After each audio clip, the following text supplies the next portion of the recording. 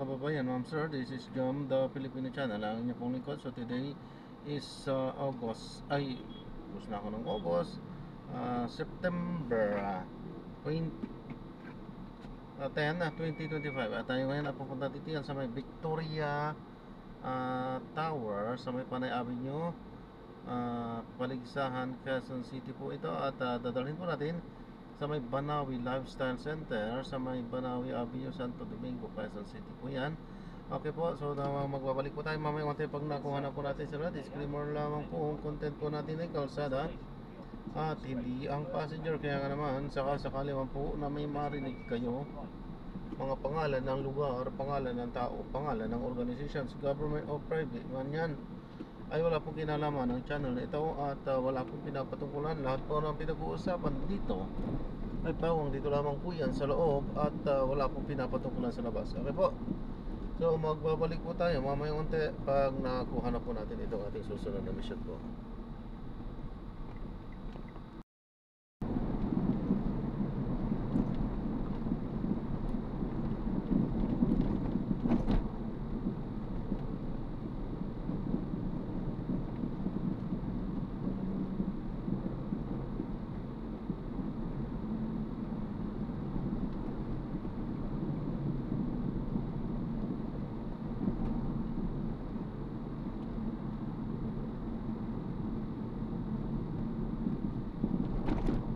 In 300 meters, turn right at the traffic light.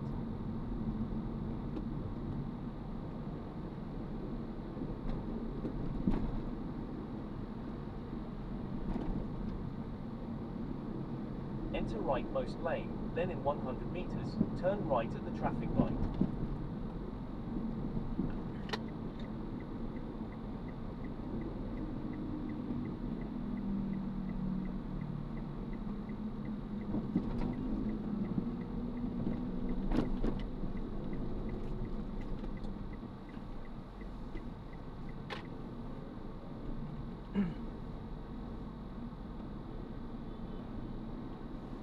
Continue for 900 meters, then you will arrive at your destination.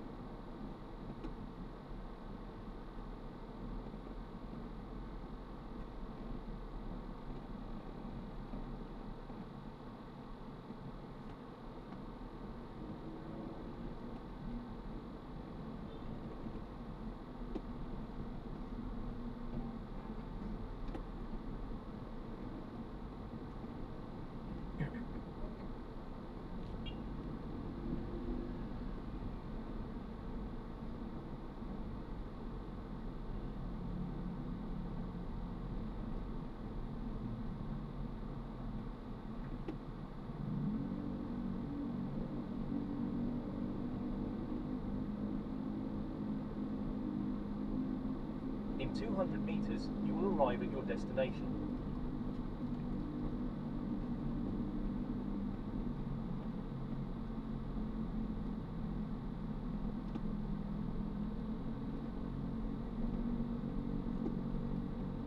You have arrived at your destination.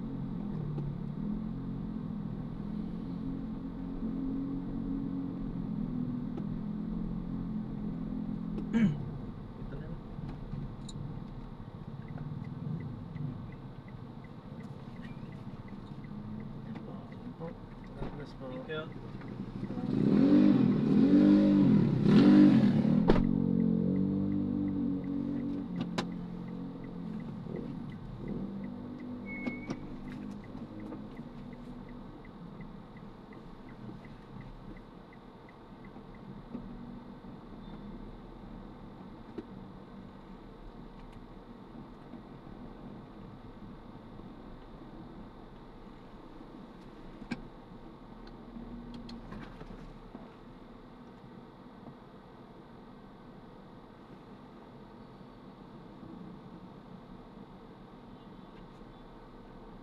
is what the Supreme Court... Kung ako bulok, lalabanan ko ba yung ang lalakas na yan, sila Speaker? Lalabanan ko ba yung mga mayayaman na yan? Kung ako yung bulok, nakakasakit din eh. Tao rin ako, abo. Ha? Tao din po ako. Hindi po ako manid, hindi po ako robot. I came from the military. Tao din po ako. Kung ako bulok, lalabanan ko ba yung ang lalakas na yan, sila Speaker? Lalabanan ko ba yung mga mayayaman na yan? Kung ako yung bulok, nakakasakit din eh. Alam niyo ba mga tol na marami ng driver ngayon na hindi rin marunong pagbalay ng manual? Alam niyo kung ba anong dahilan? Yung iba, dahilan nila na patraffic, mas pagod sila sa pagmamaneho. 70% siguro ngayon yung mga bagong driver hindi pa marunong. Sila po ba yung mga pangunahing sindikato dito sa anomalya, yung mga kongresista? Eh, wala kaduda-duda naman eh. Plus, marami sa kanila involved. Walang kaduda-duda yan. Ito nga, hirap na hirap silang banggitin pa yung isa sa mga mastermind nila dyan, si Saldi ko, hirap na hirap pa silang banggitin. For some reason, hindi ko rin alam kung bakit takot na takot. Ibig sabihin, it's a public knowledge inside Congress kung gaano ka-powerful yung tao na yan. But why is it that they're afraid to mention his name? Why? Diba? Nakakalungkot isipin. Mayor, for the record, ang sa tingin niyo mastermind dito sa Senate? Hindi ko alam, baka meron pa mas mataas sa kanya. Sila po ba yung mga pangunahing sindikato dito sa anomalya, yung mga kongresista? Eh, walang kaduda-duda naman eh. Plus, marami sa kanila involved. Walang kaduda-duda yan. Ito nga, hirap na hirap silang banggitin pa yung isa sa mga mastermind nila dyan, si Saldi ko, hirap na hirap pa silang banggitin. For some reason,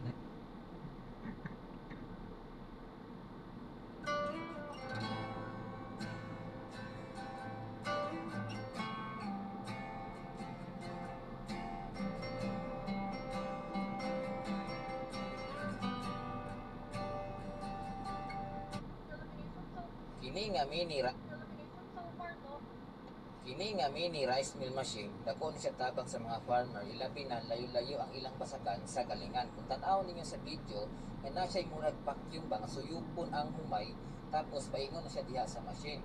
Tapos mahulog na siya diha na ang pilion niya, katunay mga bato ba, na kay na part sa machine nga, pwede niya pilion ang mga bato ilahi. So ilahi itong humay. Tapos mahulog siya diha sa ubos, tanawa na, humanang pagaling, limpyo ang bugas, ining pagkahuman, magpagaling. Kini nga mini rice mill machine, dako ni siya tabang sa mga farmer, ilabi na layo-layo ang ilang basakan sa galingan. Kung tanaw ninyo sa video, na siya murag vacuum ba, nga suyupon ang humay, tapos paingon na siya diha sa machine. Tapos mahulog na siya diha na ang pilion niya, katunay mga bato ba, na kay na part sa machine nga, pwede niya pilion ang mga bato ilahi. So ilahi itong humay. Tapos mahulog siya diha sa ubos. Sa paninig ko po. Sa Sariaya, Quezon naman daw po ay ang Boss Moto. Boss Moto, mga taga-riyan po sa Sariaya, Quezon. Happy birthday na rin kay... Ano nga ba yung koneksyon ng contact relays? Kagaya nito. So ito lang po yung kanyang pinaka-diagram. So ito, 13 and 14 po yung kanyang coil. Tapos dito yung 9, 10, 11, 12, yun yung kanyang common. Tapos yung normal open, itong 5, 6, 7, 8. Pagkaramdam ko eh. Masakit po ang loob niyo. Ngunit sana po ay huwag na hindi po kayo magkaroon. Tuloy pa rin po nito. Pagtulong-tulungan po natin. Kasi po marami ring lalo po tayong lulubog. Hindi lang mo mag-flood control ang pinagpuproteksyon natin, pati si PhilHealth, pati po sa education, lahat po eh. Paramdam ko eh. Masakit po ang loob niyo. Ngunit sana po ay huwag na hindi po kayo magkaroon. Tuloy pa rin po nito. Pagtulong-tulungan po natin. Kasi po, para sa ganun, kahit paano, baka maisip niya na dapat sana, mapahiya na siya sa sarili niya kung meron pa siyang kahihiyan. Dapat naman sana, nung siya mag-request ngayon sa House of Representatives, hindi po sa kanya dapat manggaling ang request kung saan siya magpo-custody. Ang custody po yung natapos na. Nagsalita na po ang Blue Ribbon Committee. Bakit po hindi man lang nakonsulta ang Blue Ribbon Committee? Bakit kailangan po ang House of Representatives Speaker ang mananaig sa kanyang request? Kalabisan na po ba ang Blue Ribbon Committee noong araw na yun, Mr. President? May I clarified on what date that transpired? Yesterday or September 8 po? Monday. Yes, Mr. President. Majority Leader. Monday was the hearing here in the Senate. Monday was